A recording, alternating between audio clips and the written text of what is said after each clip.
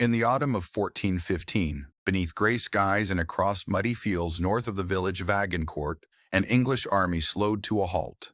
Behind them lay 200 miles of hostile territory. Ahead, blocking the road to Calais, stretched a French host so vast that it seemed to fill the space between two distant forests. From the English ranks, soldiers could see the banners, the mounted knights, the assembled strength of a kingdom gathered to destroy them. No one needed to be told what the numbers meant. The English were outnumbered 5-1, perhaps 6-1. They were exhausted, weakened by weeks of marching, and ravaged by disease that had claimed thousands during the siege of Harfleur. If the French attacked with even moderate coordination, the English army would be destroyed where it stood. If they could somehow reach Calais, survival remained possible. But the French army now occupied the ground between survival and annihilation. What followed would not be decided by chivalry or courage. It would be decided by mud, by the longbow, by terrain that transformed armored knights into helpless targets, and by the miscalculation of commanders who believed numbers alone guaranteed victory. This is the story of the Battle of Agincourt, fought on October 25, 1415. A battle where 6,000 exhausted soldiers defeated an army 5 times their size, not through strength, but through the failure of steel and pride against wood, string, and mud. In the early 15th century, northern France was not peaceful territory. It was contested ground in a conflict that had already ground on for decades. The 100 Years' War, begun in 1337, had become a generational struggle between the kingdoms of England and France over land, legitimacy, and the question of who held rightful claim to the French crown. By 1415, the war had passed through periods of truce and resurgence, but it had never truly ended. England still held territory in France. France still refused to acknowledge English claims. The balance of power favored neither side permanently, only temporarily. At the center of this unstable world stood the northern coast of France, a landscape defined not by natural barriers, but by strategic access. The English Channel separated two kingdoms, but it did not isolate them. Ports like Harfleur and Calais served as gateways, places where armies could land, resupply, and maintain footholds in hostile territory. Control of these ports meant control of invasion routes. Loss of them meant vulnerability. Northern France was not the wealthiest region of the kingdom, but it was positioned directly in the path of any English army attempting to project power across the Channel. Whoever controlled the coastal fortresses controlled the tempo of the war. After years of relative peace, Henry V of England revived his predecessor's claims to the French throne. In 1414, he formally demanded recognition of English territorial rights in France, including restoration of land ceded in previous treaties. When negotiations failed to produce concessions, Henry decided that diplomacy had reached its limit. He assembled an invasion force not to raid, but to conquer. The goal was not symbolic. It was to seize strongholds, establish English authority, and force France to accept terms it had refused at the negotiating table. After capturing Harfleur in September 1415 following a brutal 5-week siege, Henry had gained a foothold, but the victory came at devastating cost. Disease, principally dysentery, had ravaged his army. Thousands were dead or invalided home. By the time Harfleur surrendered, Henry's force had been reduced from perhaps 12,000 men to fewer than 7,000. For France, the English invasion demanded response. Allowing a foreign king to march freely through French territory, capturing fortified towns, would send a message of weakness that no kingdom could afford. King Charles VI, incapacitated by mental illness, could not lead personally. Command fell to the Constable of France, Charles d'Albret, and Marshal Boucicaut, both experienced military leaders. They understood that the English army was weakened, isolated, and attempting to retreat toward Calais. The strategic calculation was straightforward. If the French could intercept Henry before he reached English-controlled territory, they could destroy his army and end the invasion decisively. The decision was not presented as revenge. It was described as the necessary defense of the realm against an invader already crippled by disease and overextension. By mid-October 1415, the French army began assembling. Nobles from across the kingdom answered the summons, bringing their retinues, their armor, their confidence. Planning began with patience, not haste. The French would block Henry's route to Calais and force him to fight on ground of their choosing. By late October, the final pieces were in place. On October 20th, 1415, Henry V ordered his army to begin the march north from Harfleur toward Calais. Command remained with the king himself, a young monarch with limited battlefield experience but absolute authority over his troops. His force consisted of approximately 6,000 men. Of these, roughly 5,000 were longbowmen, lightly armored archers trained from childhood to wield the English warbow. The remainder were men-at-arms, knights, and dismounted cavalry. This was not a balanced army. It was an army shaped by necessity and the realities of what remained after disease had taken its toll. The march was slow and cautious. The English carried limited supplies. Food was scarce. Exhaustion from the siege and the ongoing effects of dysentery weakened soldiers daily. Henry understood exactly what his army faced. There were no illusions. Reinforcements were not coming. No fleet would arrive to evacuate the army if the French blocked the route. Survival depended on reaching Calais before the French could intercept them, or, failing that, on fighting with discipline and using terrain to compensate for inferior numbers. Command was assigned to experienced officers under Henry's direct oversight. The Duke of York led the vanguard. Lord Camoys commanded the rearguard. The army moved in formation, maintaining cohesion despite fatigue. Logistics were minimal by necessity. The army carried what it could move on foot and by wagon. Ammunition for the longbowmen consisted of thousands of arrows bundled and transported with care. Each archer also carried a wooden stake, sharpened at both ends, designed to be planted in the ground as a defensive barrier against cavalry. There were no heavy siege engines. This was not an army equipped for prolonged operations. It was an army attempting to survive long enough to reach friendly territory. The assumption was simple. If they could avoid a major engagement, they would live. If forced to fight, their survival would depend on defensive positioning and the killing power of massed archery. When scouts began reporting the size of the French force assembling ahead, the nature of the march changed. Henry ordered the army to slow its pace and maintain tighter formation. Every mile covered brought them closer to Calais, but also closer to the enemy blocking their path. By October 24, the two armies were within sight of each other near the village of Agincourt, positioned between two forests that narrowed the available battlefield. Both sides understood the scale of what stood before them. Plans had been made, preparations completed. Only one thing remained undone. The first arrow had not yet been fired. By October 1415, the Constable Charles d'Albret had assembled a French army estimated at between 20,000 and 30,000 men. The exact number remains uncertain, but all contemporary accounts agree the French outnumbered the English by at least 4-1, possibly more. Command was assigned to d'Albret and Marshal Boucicaut, both veterans of previous campaigns. The composition of the force reflected the military culture of French nobility. Thousands of mounted knights in full plate armor formed the core strength. Infantry and crossbowmen supported them. But the French plan relied on the shock power of heavy cavalry, the traditional arm of French military dominance. This was not a modest operation. It was the mobilized strength of a kingdom determined to destroy an invader. The French strategy was direct.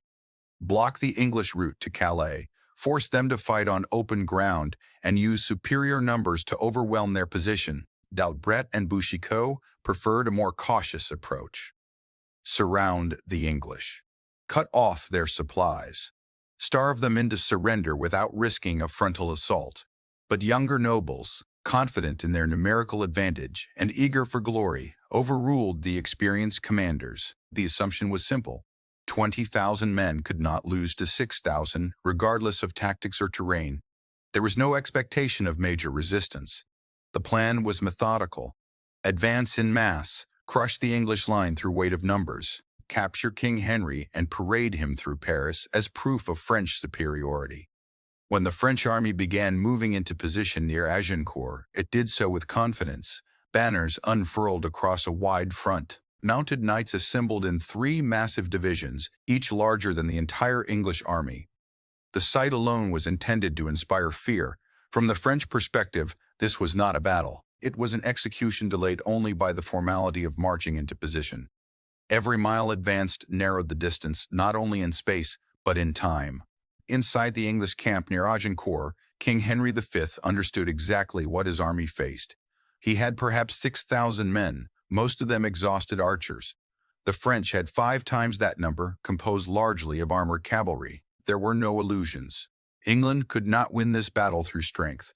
Its survival depended on defensive positioning, disciplined archery, and exploiting whatever advantages terrain might offer. Henry issued clear orders. The army would fight on foot, maximizing defensive cohesion. The longbowmen would form on the flanks, protected by the stakes they had carried throughout the march. The battlefield near Agincourt offered one advantage. The open ground between the 2 forests had been recently plowed. An overnight rain on October 24th had turned the soil into deep mud. The field funneled toward the English position, narrowing between the forests. This terrain favored the defenders. A narrow front reduced the French ability to use their superior numbers effectively. Mud would slow any advance, particularly by heavily armored knights. Henry ordered his men to position themselves at the narrowest point of the field, maximizing the natural bottleneck. Archers planted their stakes in a defensive line facing the French position. Men-at-arms formed a solid center. Command structure was clear. Each section had its officer. Each man understood his role. Behind the defensive line, there was no illusion of retreat. Supplies were nearly exhausted. Ammunition was limited to the arrows they carried. If the line broke, there would be no fallback position. Every man would matter once the battle began. As the French army assembled across the field, soldiers on both sides could see each other clearly. The French occupied the wider end of the field, their ranks stretching into the distance. The English held the narrow ground, their line thin but unbroken. Both sides understood what the next hours would bring. On the morning of October 25, 1415, shortly after dawn, both armies stood in position across the muddy field. For hours, neither side moved. The French waited for the English to advance. The English, outnumbered and defensive, had no intention of attacking. By late morning, Henry made the decision to force the engagement. He ordered his army to advance slowly toward the French position, close enough to bring the enemy within longbow range but still maintaining defensive formation. The movement was controlled, deliberate. When the English archers reached effective range, they replanted their stakes and prepared to fire. Then the first volley was released. Thousands of arrows arced into the sky and descended on the French front lines. The battle had begun. The sound of 5,000 longbows releasing simultaneously was unlike anything else on a medieval battlefield. The arrows fell in waves. Horses screamed. Knights raised shields. The impact was immediate. French commanders, watching their formations absorb volley after volley without responding, ordered the cavalry to advance. Heavy knights spurred their horses forward. The charge began, but the ground betrayed them. The plowed field, soaked by overnight rain, had become a quagmire. Horses struggled. Mud clung to hooves. The charge that should have thundered across the field slowed to a labored advance. English archers continued firing. Arrows fell. Horses collapsed. Riders fell into the mud. The assault lost momentum before it reached the English line. Inside the English position, the response remained controlled. Archers fired in rotation, maintaining constant pressure. Men-at-arms braced for impact. Officers shouted orders, keeping formations tight. Training overcame the chaos. The French cavalry, those who survived the arrow storm, reached the stakes planted before the English archers. Some horses impaled themselves. Others veered away, crashing into following ranks. Surviving knights dismounted and attempted to advance on foot through the mud. They moved slowly. Armor that weighed 60 pounds became a burden impossible to manage in knee-deep muck. English arrows continued to fall, not on distant targets now, but at close range. The French infantry and second wave of cavalry, following behind the first assault, found their advance disrupted immediately. The narrow field funneled them into a compressed mass. Mud slowed every step. Bodies of fallen men and horses created obstacles. Anyone who fell struggled to rise. Armor, designed to protect, became a trap. Knights fell forward into the mud and could not lift themselves. Comrades trying to help them stumbled and fell in turn. The battlefield compressed into a nightmare of exhausted men, fighting not the enemy, but the ground itself. After that first coordinated assault collapsed into chaos, the battle transformed from a clash of armies into a slaughter conducted methodically by lightly armored archers moving freely through mud that imprisoned their enemies. By midday, the French position deteriorated further. Exhausted knights who reached the English line found themselves facing fresh defenders fighting from stable ground. The English men-at-arms held formation. Archers, their ammunition depleted, dropped their bows and took up mallets, swords, and daggers. They moved through the battlefield, targeting French knights trapped in the mud. The goal was not glory, but survival. Disabled enemies were killed or captured. The heavily armored French, unable to maneuver, could scarcely lift their weapons. Some drowned face down in the mud, suffocated by the weight of other men falling on top of them. By the end of the first major engagement, the situation was no longer uncertain. The French assault had failed.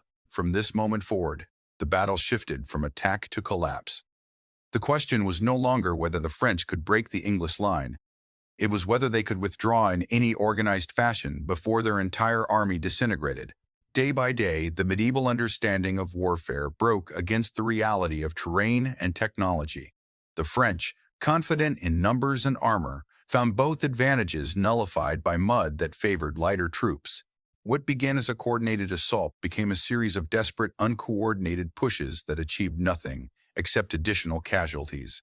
English archers, no longer firing at range, engaged in brutal close combat. The battlefield was no longer a place of maneuver. It was a killing ground. By early afternoon, exhaustion had settled into both armies, but the French suffered disproportionately. Their heavy armor, designed to protect against swords and lances, offered no defense against arrows fired at close range or daggers thrust into joints and visors. Soldiers who had marched confidently onto the field hours earlier now struggled simply to remain upright. Mud clung to everything. Visibility was reduced by dust and smoke. The French command structure, already weakened by competing noble egos, collapsed entirely. No one could coordinate a retreat. No one could organize a fresh assault.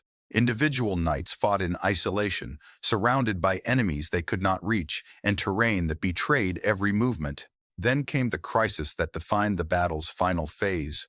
French forces attempting a flanking maneuver attacked the English baggage train positioned behind the main line. Henry, fearing a coordinated counterattack from fresh French reserves he believed were forming, made a controversial decision. He ordered the execution of French prisoners already captured. Over 1,000 nobles and knights, disarmed and held under guard, were killed to prevent them from rejoining the fight if French reinforcements arrived. The order was brutal, but it reflected Henry's assessment that his army could not defend its position, guard prisoners, and repel a renewed assault simultaneously. Officers responded quickly. The prisoners were killed. No French counterattack materialized. By late afternoon, the French army began withdrawing from the field.